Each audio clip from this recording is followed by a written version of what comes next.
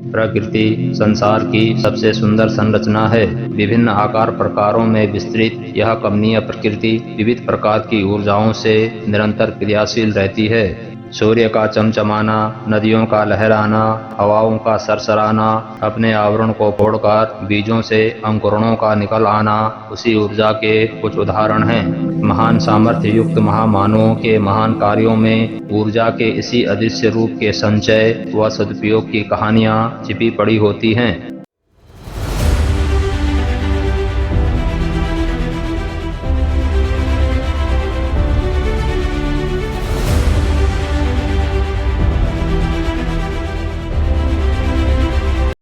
नदियों के पावन जल से अभिसिंचित यह सलोनी धरती जो सागर के रूप में अगाध है, कृषि क्षेत्रों के रूप में समतल व हरी भरी है, पर्वतों के रूप में आसमान को छू लेने वाली ऊंचाइयों से युक्त है।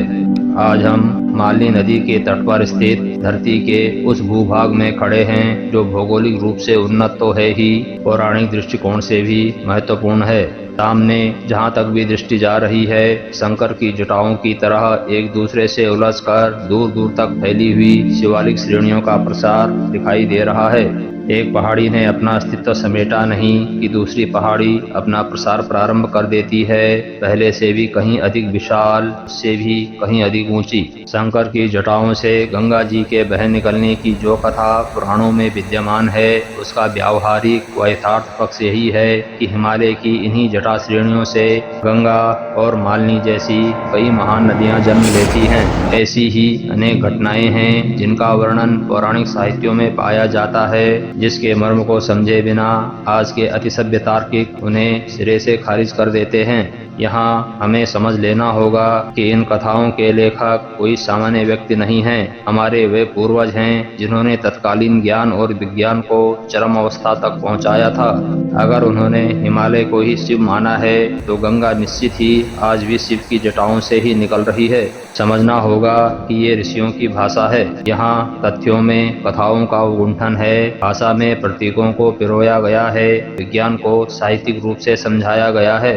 वक्ता अगर आस्थावान है तो कुछ अतिशयोक्तियां भी जरूर होंगी। ध्यान रहे, आज भी विज्ञान का सामना मात्र वेदों से ही होता है, न कि किसी अन्य धर्म ग्रंथों से। शून्य शिखर की आध्यात्मिक आभा का अभिवंदन कर हम आगे निकल पड़े हैं। हमारा अगला गंतव्य महर्षि चरक की तपस्थली चरक शिखर है। फिर वही रास्ते, वैसे ही उतार चढ़ाव, वृक्षों वनस्पतियों का वही प्रसार और पथिक भी वही हैं। चलते चलते एक सुरम्य स्थान में आकर हमारे नजरें ठिठक जाती हैं, हमारे कदम रुक पड़ते हैं। स्थान आंशिक समतल भूभाग पर बसा हुआ है, इसलिए रमणीक बन पड़ा है।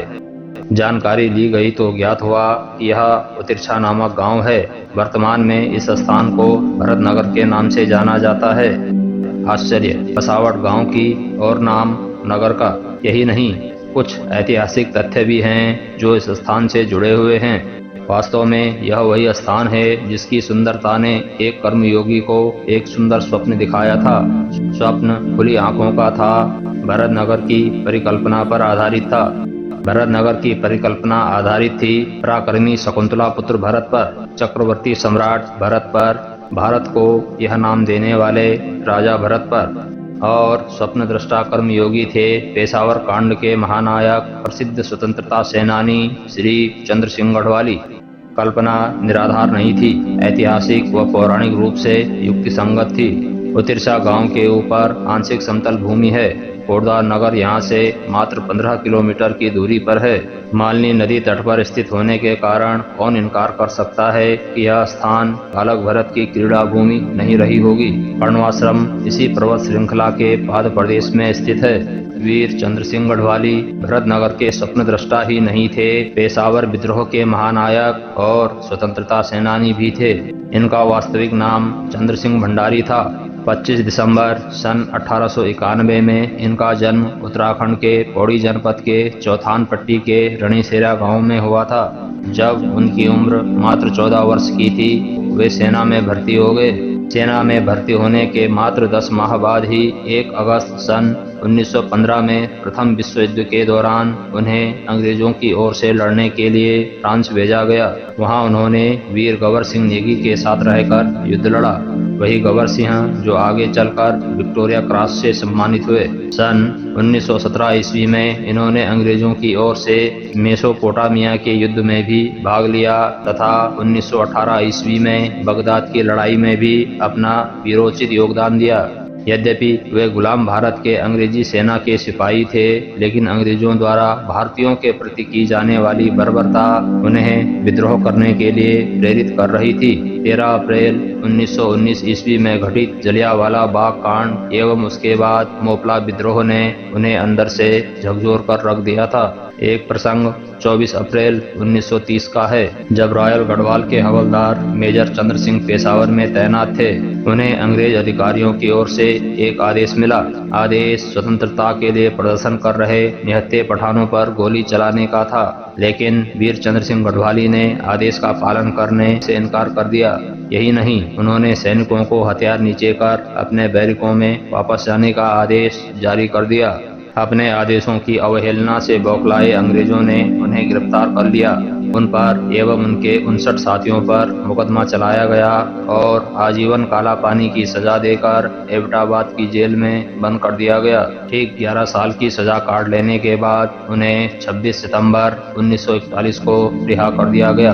1942 के भारत छोड़ो आंदोलन में उन्होंने गांधी जी के साथ प्रतिभाग किया, जिसके कारण उन्हें फिर से 3 साल की जेल हुई। सजा पूरी होने पर उन्हें रिहा तो कर दिया गया, लेकिन उनके गढ़वाल में प्रवेश को प्रतिबंधित कर दिया गया। अपने जीवन काल में गढ़वाली जी ने कुल मिलाकर 20 साल की कारावास की सजा काटी तथा 7 साल का निर्वासन जीवन बिताया।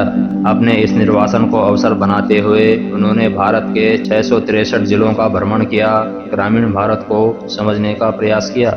कालांतर में जब उन्हें गढ़वाल में प्रवेश की अनुमति मिली तो 22 सितंबर 1946 को और मालनी नदी के मध्य स्थित गढ़वाल का प्रवेश द्वार, जो उस समय स्वतंत्रता आंदोलन की गतिविधियों का केंद्र था, कोटद्वार पहुंचे और आजादी की लड़ाई को निर्णायक धार देने में जुट गए।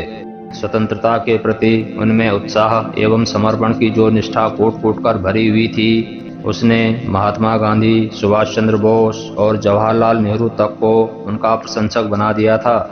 अंततः उनके जैसे असंख्य वीरों के अथक प्रयासों व बलिदानों से भारत आज़ाद हुआ, तो उसी आज़ाद भारत में उन्होंने भरत नगर की कल्पना को संजोया था।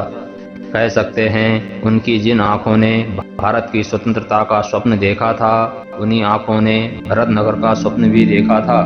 भरत नगर की कल्पना को मूर्त रूप देने के लिए वीर चंद्र सिंह गढ़वाली जी ने यहाँ 6 अगस्त सन 1961 को एक आम सभा का आयोजन किया, जिसमें इस स्थान को भरत नगर के रूप में स्थापित करने का संकल्प पारित किया गया। प्रस्ताव को भरत के नाम से जाने जाने वाली भारत सरकार को भेजा गया, लेकिन राजनीति उस पहल को समझने में पूर्णतया नाकाम रही, जो एक पौराणिक, ऐतिहासिक व सांस्कृतिक विरासत से जुड़ी हुई थी, देश की अस्मिता से जुड़ी हुई थी। सरकार की अनदेखी से निराश होकर गढ़वाली जी ने जनता का आह्वान किया और क्षेत्रीय जनता के सहयोग से यहाँ से कोटद्वार नगर तक सड़क बनाने के लिए स्वयं जनश्रम का कार्य प्रारंभ किया। धरती भले ही विषम हो, लेकिन यह प्रेरणा विषम नहीं थी, क्योंकि इससे पहले भी जन आंदोलनों एवं श्रमदान के द्वारा ऐसे रास्तों का निर्माण किया जा चुका था। चौंदकोट मोटर मार्ग इसका निकटतम उदाहरण है। चौंदकोट में सैकड़ों ग्रामवासियों ने श्रमदान कर 50 किलोमीटर लंबी सड़क 2.5 वर्ष में बना डाला था। कार्य अपने अंजाम तक पहुंचता। उससे पूर्व 1974 ईस्वी में काल ने भरत नगर के इस स्वप्न दृष्टा वीर चंद्र सिंह गढ़वाली को हमसे छीन लिया। स्वतंत्र भारत में कृतज्ञ राष्ट्र ने उनके नाम से डाक टिकट तो जारी किया, लेकिन उनके सपनों को फिर भी भुला दिया और एक राष्ट्रीय धरोहर आकार लेने से वंचित रह गया। समय बीतता गया, आगे बढ़ता चला गया, लेकिन उतिरछा नामक यह स्थान अपने ठहरे हुए स्वरूप के साथ आज भी वहीं खड़ा है, जहां इसे गढ़वाली जी छोड़ गए थे। आज भी यहाँ पर नगर जैसा कुछ भी नहीं है, न सड़कों का जाल, न मकानों का समूह, न दुकानों की चमक, न भीड़ का आलम है, तो मात्र और मात्र दूर दूर तक फैली पहाड़ियाँ, पेड़ पौधे, हवा और बादल। लेकिन कौन इनकार कर सकता है कि प्रकृति का यह सौम्य स्वरूप दिलकश नहीं है। नमस्कार।